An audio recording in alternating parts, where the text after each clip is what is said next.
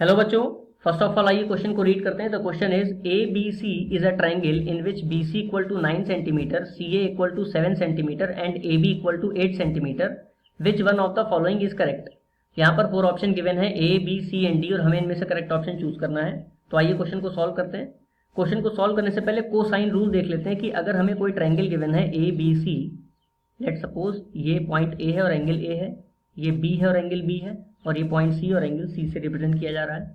ए के ठीक सामने वाली साइड को स्मॉल ए से, बी के ठीक सामने वाली साइड को स्मॉल बी से, तथा सी के ठीक सामने वाली साइड को स्मॉल सी से रिप्रेजेंट करें तो कोसाइन रूल के according cos A equal to होगा B square plus C square minus A square upon में 2bc। ठीक है, तो आइए इस बेसिस पे क्वेश्चन को सॉल्व करते हैं। क्वेश्चन में देखिए हमें एक ट्राइंगल गिवन है, तो एक ट्राइंगल बना लेते हैं छोटा सा ए बी सी। ये हो गया ए, ये पॉइंट बी और ये सी, और इसी तरह इसके एंगल भी है रिस्पेक्टिवली ए बी एंड सी। अब देखिए बीसी की वैल्यू हमें गिवन है 9, तो बीसी को 9 लिख लेते हैं। सीए की वैल्यू है 7, तो सीए की वैल्यू को 7 लिख लेते हैं, और ए बी की वैल्यू है 8, तो उसको 8 से रिप्रेजेंट कर लेते हैं। अब पूछा गया कि इनमें से कौन सा ऑप्शन करेक्ट है, यानी कि हमें ट्राइंगल के बारे में इंफॉर्मेशन करनी है, बतानी है। तो देखिए सबसे बड़ी साइड कौन सी है 9, तो इसके ठीक सामने वाला एंगल भी सबसे बड़ा होगा, यानी एंगल ए सबसे बड़ा होगा। इसके बारे में पहले हम इंफॉर्मेशन कलेक्ट कर लेते हैं। तो कॉस ए, यहाँ पर कॉस के लिए कोसाइन रूल लगाते हैं, तो कॉस ए इक्वल टू कितना हो जाएगा B square plus C square minus A square upon में 2bc।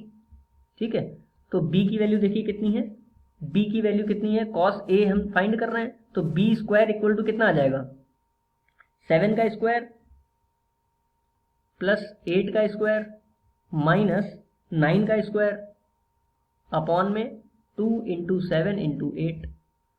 इसको सॉल्व कर लेते हैं। 7 का स्क्वायर 49 प्लस 8 का स्क्वायर 64 माइनस 81 अपॉन में 2 7 जार 14 और 14 8 जार, या ऐसे ही लिख लेते हैं 14 मल्टीप्लाई बाई 8, क्योंकि हो सकता है आगे जाके ये कैंसिल हो जाए। तो अब ये देखिए कितना आ गया 9 प्लस 4 13 का 3 कैरी 1 4 1 5 6 11 माइनस 81 अपॉन में 14 इंटू 8। अब देखिए 113 में से 81 माइनस करेंगे तो 3 माइनस 1 कितना आ गया 2, 11 माइनस 8, 11 माइनस 8 कितना हो जाएगा 3। यहाँ पर कितना आ गया 14 मल्टीप्लाई बाय 8। अब इसको देखिए 2 से अगर हम लोग कट करें तो ये आ जाएगा 16, यहाँ आ जाएगा 4। ठीक है, और सॉल्व हो जाएगा तो 4 4 jar and then 2 2 jar 2 7 jar, तो हमें वैल्यू मिल रही है 2/7, जो कि एक पॉजिटिव वैल्यू है।